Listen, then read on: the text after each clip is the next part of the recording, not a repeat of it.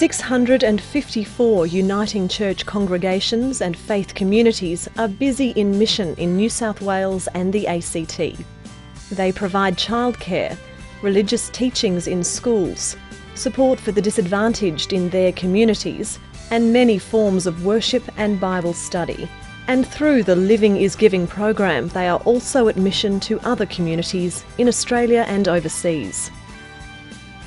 Through Living is Giving, their outreach extends to ambassadors for peace in Asia and the Pacific, fledgling faith communities in new housing areas, and sustaining faith in remote New South Wales.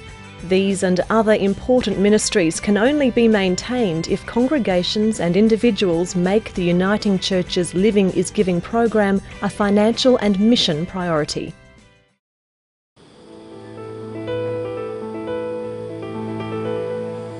The Uniting Church's mental health chaplains bring God's love, grace and hope to some of the most vulnerable, broken and needy people in our community. They provide pastoral care, counselling and support for people with mental health conditions, as well as their families and the staff who work with them. This ministry is a practical expression of Christian faith, a way that the Uniting Church lives out the call to caring, service and justice.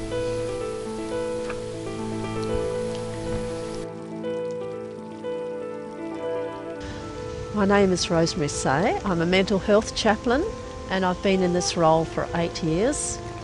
I actually started over 40 years ago in mental health as a nurse in Adelaide, and I really loved the psychiatric work. So now I've come back full circle to the area I have a passion for. I've been at Rozelle Hospital for the past 8 years, and now I'm employed as a mental health chaplain at Macquarie Hospital, which will involve covering the area from northern Sydney up to the Hawkesbury, and that's hospitals and communities and the community itself.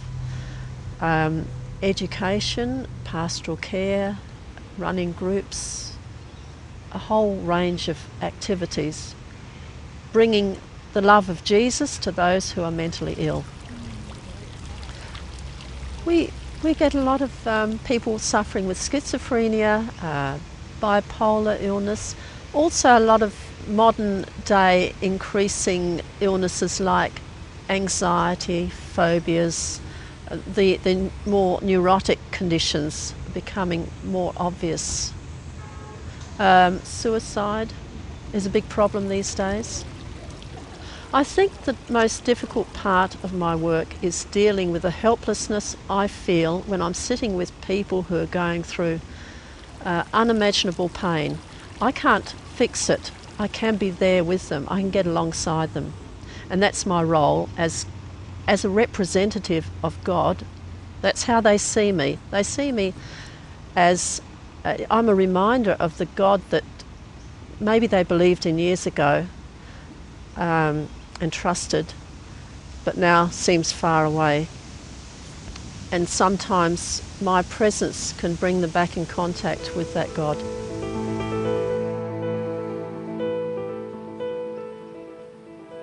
The Bible gives us this command: remember those in prison as if you were their fellow prisoners. Contributions to Living is Giving help to fund the Uniting Church's chaplaincy in prisons across New South Wales.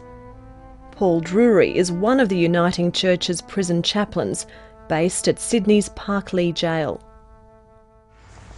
Jails can be very negative places, and during my time there you've often got a lot of people, often some of the officers, who will be very cynical about, oh, they only go to church for the biscuits.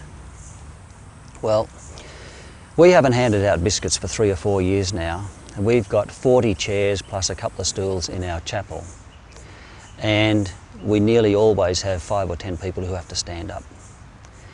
And I think that speaks for itself. People are searching for God and they come to the chapel. The most challenging thing that I've done in my role would probably have been to attend a suicide. There's been a couple of those, but one in particular where we had to be there when the body was still in the cell.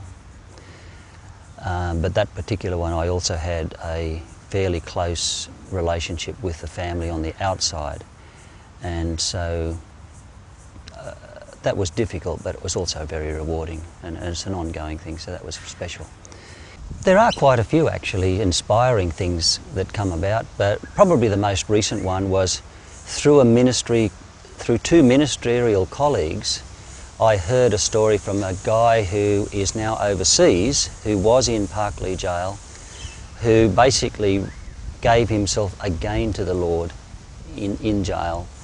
And yes, you hear that from time to time, but then to hear that this guy now is in ministry himself in that country, and that was really good to hear.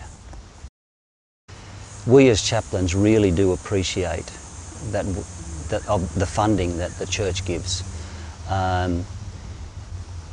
There are subsidies that Uniting Care receives from the government for some chaplaincies, but the church would still need to find for each chaplain roughly $20,000 to $30,000.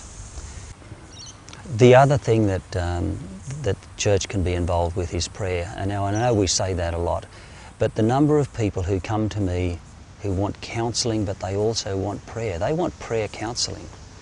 And I can't do that in my own strength, and I need the church to be praying for me.